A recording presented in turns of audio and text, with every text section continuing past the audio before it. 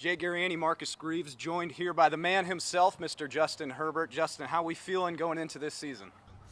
Doing well. Thanks for having me. We're looking forward to the year. Obviously it didn't go our way last year, but we've had a great offseason. A lot of the guys showed up and put in a lot of great work, so looking forward to the challenge. The expectations seem to just keep getting higher and higher for this team, especially with the roster that you guys have. As the main guy quarterback, how do you look at this roster and say, we can get something done, and your expectations for this upcoming season? I think that's kind of part of the NFL is, you realize that everyone's talented. Everyone's got the talent on their team. We feel really good about where our locker room is, where our guys are at. And, I think kind of like I mentioned earlier, we put in a lot of great work this offseason, and guys showed up and, they didn't have to be here, but they chose to be here. And for that, it means a lot to our team. And so to keep moving into training camp and into the season, we're going to take all the motivation and momentum that we can. How different is this year going to be with you and Kellen? Obviously, a lot of changes coming in. What do you like about Kellen coming in, and how do you think it fits your style of play? Coach Moore's been awesome. He's been great to work with, and he's super smart, great person. He's got the respect of everyone in the locker room. So all the guys want to follow him, they want to learn from him, and we've picked up as much as we can from him already. And having everybody back healthy, especially in the wide receiver room, as a quarterback, how excited are you about that, man? It's huge. To have those weapons on the outside, it changes our offense. To have Mike and Keenan healthy, they're two of the best in the game right now. And to add a couple guys, Josh has been playing really well as well. So, I'm looking forward to watching these guys this year. Obviously, you made the playoffs for the first time in your NFL career last year. Didn't go the way you guys wanted it to end. Do you use that as motivation going into the season, or do you have to completely move on and get that out of the way? For sure. I think those games always kind of stick with you. And, if you play long enough, you're going to have to, go through games like that. And so for us to be able to answer back, react from that one, learn from it. We can't just forget about it and move on past it. It's a learning process. And to be able to learn from it, move on, do everything we can to not let it happen again, I think that's the most important thing. What did you think that you need to improve over the offseason, and what do you think that you did, coming into this season? Yeah, that's a great question. I think it was kind of limited with, I had shoulder surgery a few months ago, and so wasn't able to do quite as much throwing as I would have liked. So I had to kind of make sure my shoulder was ready to go, and the ribs are healing as well. So making sure my body's ready to go for camp because it's a long season and got to make sure I'm ready for that. I guess the thing you're most looking forward to heading into this season, now that you've really established and settled yourself in this career? Just playing football. It's been too long without football, and to have all these guys back in the building, there's just a different energy. It's good to see everyone and be back, and, just looking forward to throwing the ball around, completing some passes, and learning from it. Well, welcome back to the show. Jake Garriani, Marcus Greaves here with the man. And, hey, he was one of our favorite last year. Austin Ekeler, awesome, man. We appreciate you taking some time.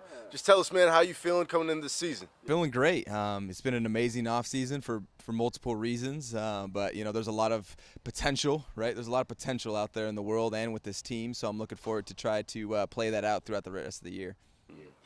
You went through contract talks, trade talks in this offseason. Now that it's all settled, and once again, you bet on yourself with incentive-based stuff. Why that for you? I mean, it's kind of what I've been doing. It's kind of what I've been doing my entire career.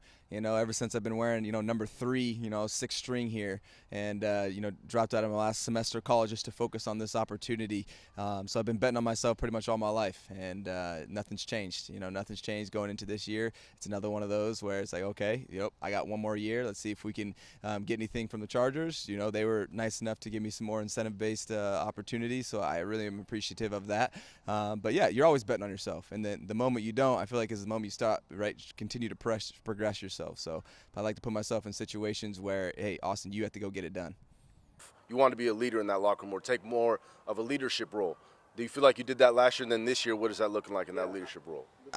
The thing is about being a leader, for me anyway, in my circumstances, I've never really sought out to I want to be the leader. I just hope that the way I'm working, the way I'm speaking is felt as something that's motivation or pushing forward or something that people want to get behind.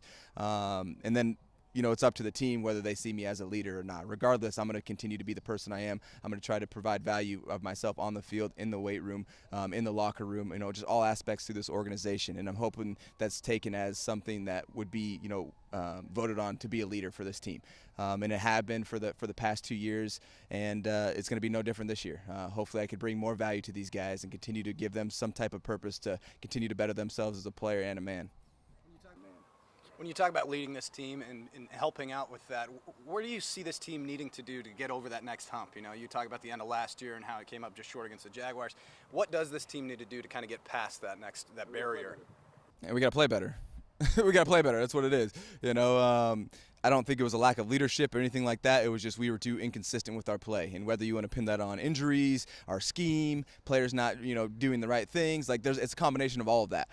You know, you don't just fail because of one person in this league, right? It's a team, right? And for us, it's like, okay, how can we be the most consistent with all of those, with our leadership, with our game plan, with, right, our players playing. And so there's so many aspects to this game. That's why it's such an amazing game. And that's why, you know, it takes time to be able to build this. And you need guys, you know, some veterans mixing with some young players. Like you need the whole thing to continue on the culture, to bring the culture forward. And it comes down to, can you consistently, right, do those things? And if you do, your play is going to be more consistent, right? The result on the field is going to be more consistent, which is going to give you a better chance to play at the end. And mind you, every single team is trying to do this too, so it's still not easy. You might be consistent in all of them, and you still might lose. You know, so that's what's great about this game is we go out there and compete every day. Sometimes you win, sometimes you lose. What kind of pressure do you put on yourself as time goes on? You're getting a little older, obviously, at running back. So tell me, man, are you feeling like you need to keep doing that consistently every season? Yeah. I love that question about pressure. What kind of pressure do I put on myself? Because I think it's important for all of us to put as much pressure as we can handle, right? What is your capability? What is your capacity of putting pressure on yourself? And when you put the most on yourself, guess what? You're gonna hold yourself to a higher standard. You're gonna make sure you control the only thing that you can control, which is your mind, and not let it venture off and be like, oh, I don't need to do this. Oh, I don't need to study as much. Oh, I don't need to get up in the morning. I don't need to do that extra set. Like when you control your mind, when you put pressure on yourself to be a better player, a better human, guess what? You hit new heights, right? And you expand on your capabilities to put more pressure on yourself. And that's what I'm looking to do this year. I do it every year. I do it in the offseason. I do it during season. I'm putting as much pressure on Austin Ekeler as I possibly can because I know my life is not just football. My life is so much more, and it goes outside of it. But football is a big part of it, and so it gets kind of bound up into this motive that I have, where it's like this is another opportunity for me to show my capabilities, to practice mental toughness, to practice physical toughness, to be on the field, to be in front of people, and continue to expand my capabilities, which allows me to put more pressure on myself because now the expectation keeps going up, you know. You talk about how your life is so much more than football. You started a streaming platform to help other athletes out, right? Yeah, and so I just started an app called Experience. Yeah, so Experience is an engagement platform. And so one thing that I've learned about being in the NFL is you give access to a lot of people. They want access to you, but there's not really an easy way to do that.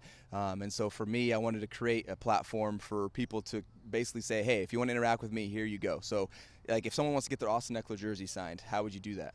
Well, you go on eBay maybe, but now you can go into Experience. You can get your jersey signed. You can play games with me if I'm offering that, video chats, personalized video. You can look at my item store. And so it's a big menu of different things that I'm willing to engage with. We have six engagements right now. We have 10 more on the way. So we're looking to expand there. So just continuing to give access to these types of people to write, because where does your legacy live? What is a legacy? Well, legacy is what people's memories of you are, right? So how do you give more memories out in the community? How do you put them out there? Well, you got to do interactions. You got to do things. You put content out there. And the best memories come down to that interaction that they had with you, right? And it might be through Experience. It might be out in the public. It might be in the community, at a game, whatever. But I'm trying to make more of those connections.